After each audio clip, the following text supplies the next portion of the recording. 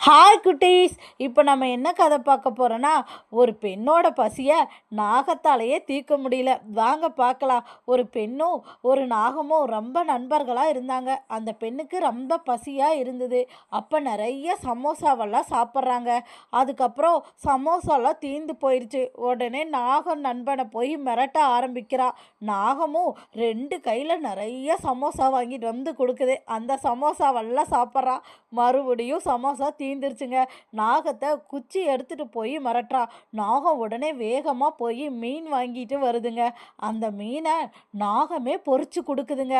அதையெல்லாம் ஃபுல்லாக அவள் சாப்பிட ஆரம்பிக்கிறா. அதுவும் இல்லாமல் அந்த நாகத்தை மறுபடியும் பொறிக்க சொல்லி மிரட்டவும் செய்கிறாங்க. அதுக்கப்புறம் அந்த நாகம் அவள் நினச்ச மாதிரி மீனெல்லாம் நிறையா பொறிச்சு கொடுத்துதுங்க. அந்த எல்லா மீனையும் அவள் சாப்பிட ஆரம்பிச்சிட்டா. அதுக்கப்புறம் மீன் தீந்துருச்சுன்னு நாகத்தை துரத்திட்டு ஓடுறா.